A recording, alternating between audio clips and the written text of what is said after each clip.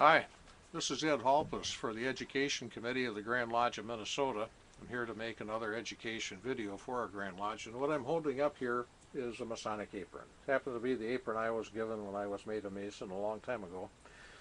And as most Masons know, when I was given this, I was told to keep it unspotted by the world as an emblem of innocence because it is a badge of a Mason.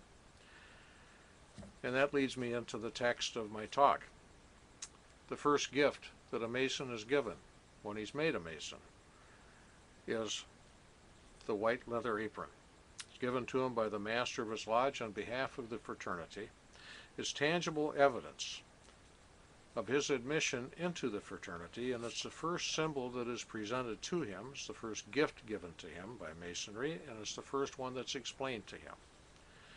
Many a Mason, when he's finally presented with his apron, he's told about preserving it so that it can be placed upon his body or his coffin when the time comes, and that he should keep it spotless. The message about keeping it spotless stresses the actual cleanliness of the physical apron, but it's also symbolic. When we consider the Masonic apron, we'll notice that it's not a square, at least not a square as we know a square to be today. It is an oblong square. And this might be important to remember, or it is important to remember, because it concerns each of our aprons. In ancient times, any four-sided figure was referred to as a square. When the figure was equilateral, it was spoken of being as a perfect square.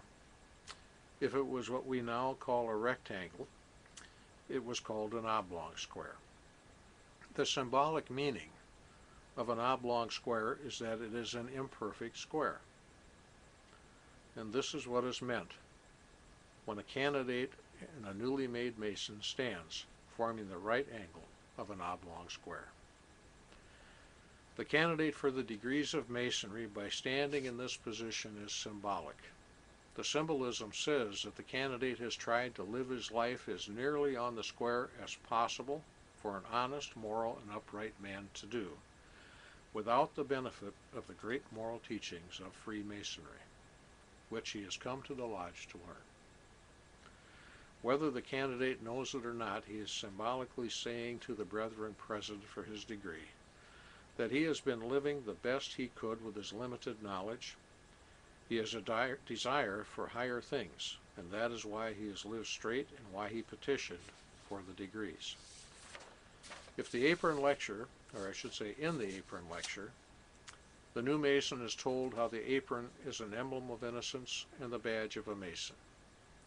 In the second section of the lecture of the degree, he is reminded how the Lamb in all ages has been deemed an emblem of innocence, and told the apron should remind him of his purity of life and conduct, which is essentially necessary for a Freemason.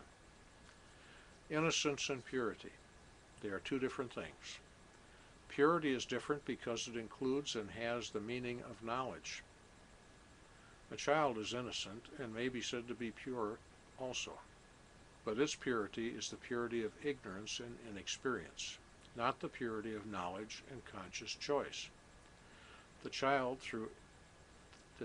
though innocent and clean, has not yet been tried by temptation, and its strength has not yet been developed.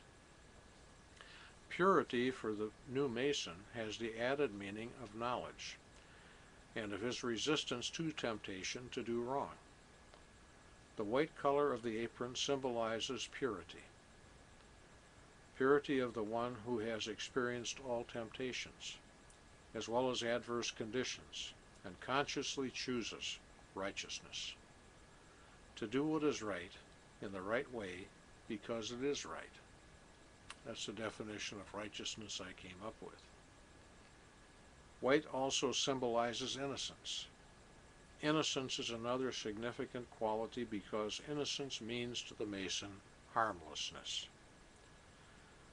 The candidate has been taught to be as square as he can be in his relations with others, to lay aside prejudice, and to listen with an unbiased mind to that truth, which has been handed down from the ages past.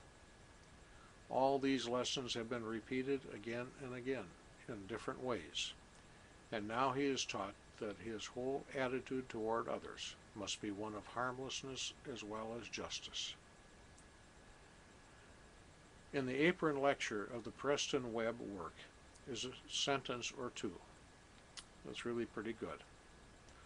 It is yours to, as regards the apron, it is yours to wear. Let me start that over. It says it is yours. Yours to wear through an honorable life, and at your death to be placed upon the coffin which contains your earthly remains.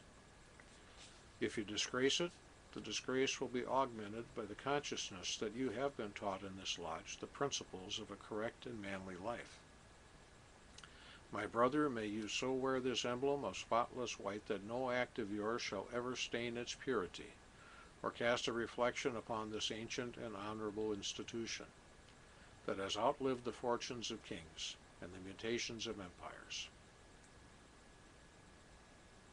So, unspotted by the world does not mean only keeping our aprons physically clean and spotless. It has a deeper meaning regarding our character and our conduct. Unspotted by the world means each individual Mason living so as not to bring discredit to himself and thus keep his apron unspotted. My reference for the part that talked about the Preston Webb work comes from Coyle's Masonic Encyclopedia, the 1995 edition, in case you'd like to look that up. Some other information in this talk paper that I had is from The Lost Key by Prentice Tucker, and then also from a book called The Newly Made Mason. I think that's by A.E. Waite. I'm not 100% sure on that. I didn't write that part down. Anyway, I want to thank you for watching, and we'll see you again next time. I hope you enjoy the video.